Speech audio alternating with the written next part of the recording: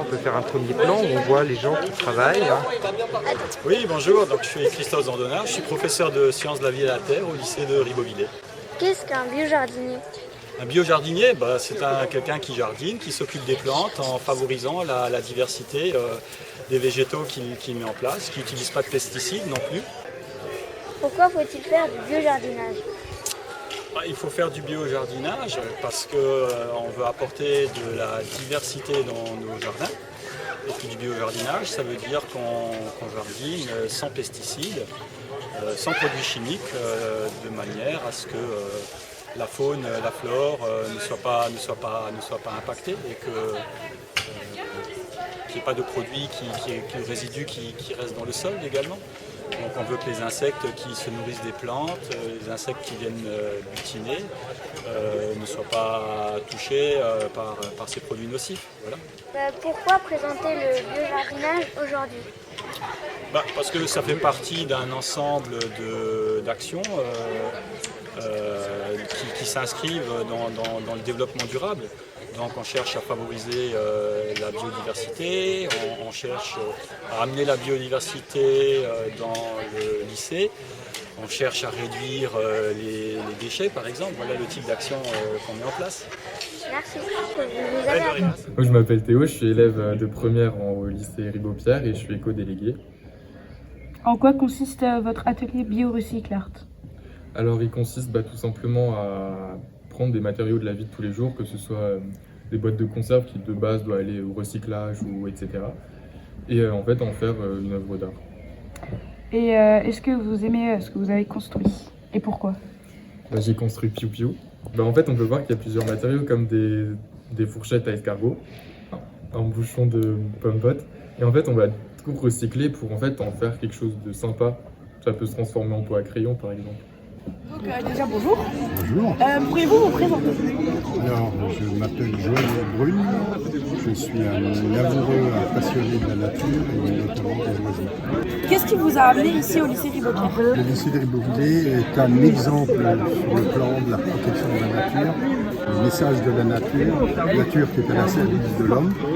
Et c'est dans ce contexte-là que j'ai décidé de leur donner un petit coup de main. Et donc du coup, pourquoi faire un atelier sur les oiseaux au lycée Ribaud-Pierre dans le cadre de cette journée au 3D?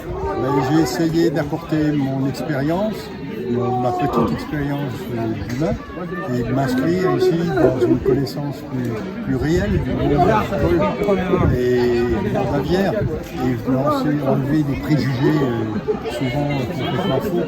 Et pourquoi vous intéressez-vous à ces oiseaux-là en particulier? Je m'intéresse à l'ensemble des oiseaux. Les rapaces, peut-être un peu plus, que c'est le maillon le plus fragile dans le monde aviaire. Et qu'apportent-ils ces oiseaux-là? Un rôle important, j'espère que vous l'avez compris, dans l'équilibre de la nature et tout le coup de main que les rapaces peuvent apporter par des nocturnes ou là, spécifiquement à l'agriculture et aux paysans. Je vous remercie beaucoup. Mais je vous en prie. Et bonne journée et bonne continuation. Vous aussi. Et pourquoi il y a de la biodiversité? D'accord, il y a du bio, ok. Est-ce qu'il y a de la diversité? Oui, t'es d'accord? Coquelicot, marguerite, les graminées, et d'autres choses. On a de la diversité en espèces, en individus. D'un point de vue botanique, une plante donne une fleur qui donne un fruit. Non. Une plante ne fait une chose que pour elle-même. C'est un peu d'égoïsme. Toute l'énergie utilisée par une plante a un but précis, notamment pour sa survie. On est d'accord. Là, on a les graines. À quoi sert le fruit? Le fruit n'a qu'un seul but, c'est de nourrir la graine. Et éventuellement de la protéger. Après, tous les fruits ne protègent pas les graines. Je vous prends l'exemple de la fraise, où vous avez les graines à l'extérieur du fruit. Tous les petits points qui sont sur les fraises. Alors je m'appelle Pauline Kopp, je suis élève ici en première générale et je suis ambassadrice de la cause animale et c'est pour ça que je suis une référente de l'atelier bouquet aromatisé. Suivez-moi, je vais vous montrer un peu. Donc là on a tout le romarin avec Madame Andrades, voilà. Et là on a Justine par exemple qui a fait une jolie couronne de fleurs. Hein, Justine, c'est fini. Voilà. Tu peux la montrer si tu veux. Attends, on va voilà. Et là on a fait les petitesses de la MDL, donc la maison des lycéens. Et voilà. Non mais allez-y, c'est bon, je reprends alors. Non, en vrai. Voilà, je suis en seconde 1 et donc je suis chargé de faire l'atelier biobombe. Donc ça consiste à prendre une boule d'argile, de la tremper dans l'eau pour ensuite la tremper dans le terreau. Exactement. Et ensuite aller sur la table et récolter des graines. Et donc quand ces boules seront sèches, donc dans 1 à 2 jours, on les lancera sous un temps de pluie pour que les fleurs puissent pousser. Voilà, tout simplement. Du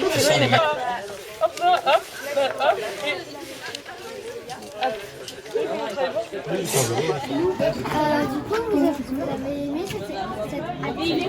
Oui, c'était incroyable. C'était sympa.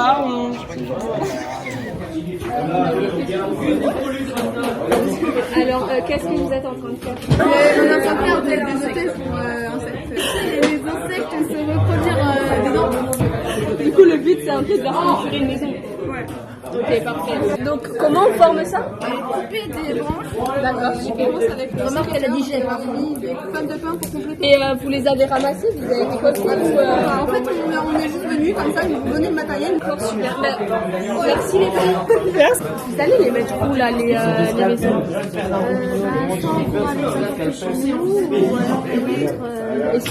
Et si tu l'apportes chez toi, tu peux le mettre Dans mon jardin.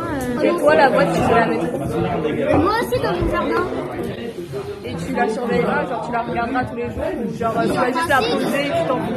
Non, si, mais qu'elle me regarde de temps en temps. Bah, super, merci. Bonjour. Pensez-vous que l'atelier auquel vous participez est utile pour comprendre ou favoriser la biodiversité ou son évolution? Je pense que oui, car nous pouvons observer la nature de plus près et cela nous permet de mieux comprendre. Appréciez-vous l'atelier auquel vous participez? Je l'apprécie, oui. D'après vous, les autres participants de cet atelier sont du même avis? Je pense car ils avaient l'air également intéressés par cette biodiversité. Comment jugez-vous l'organisation de cette journée E3D? C'est très bien organisé et nous n'avons pas le temps de nous ennuyer. Pensez-vous qu'il faut maintenir ce genre de journée dans les années à venir? Je pense que oui, car c'est important de sensibiliser les gens.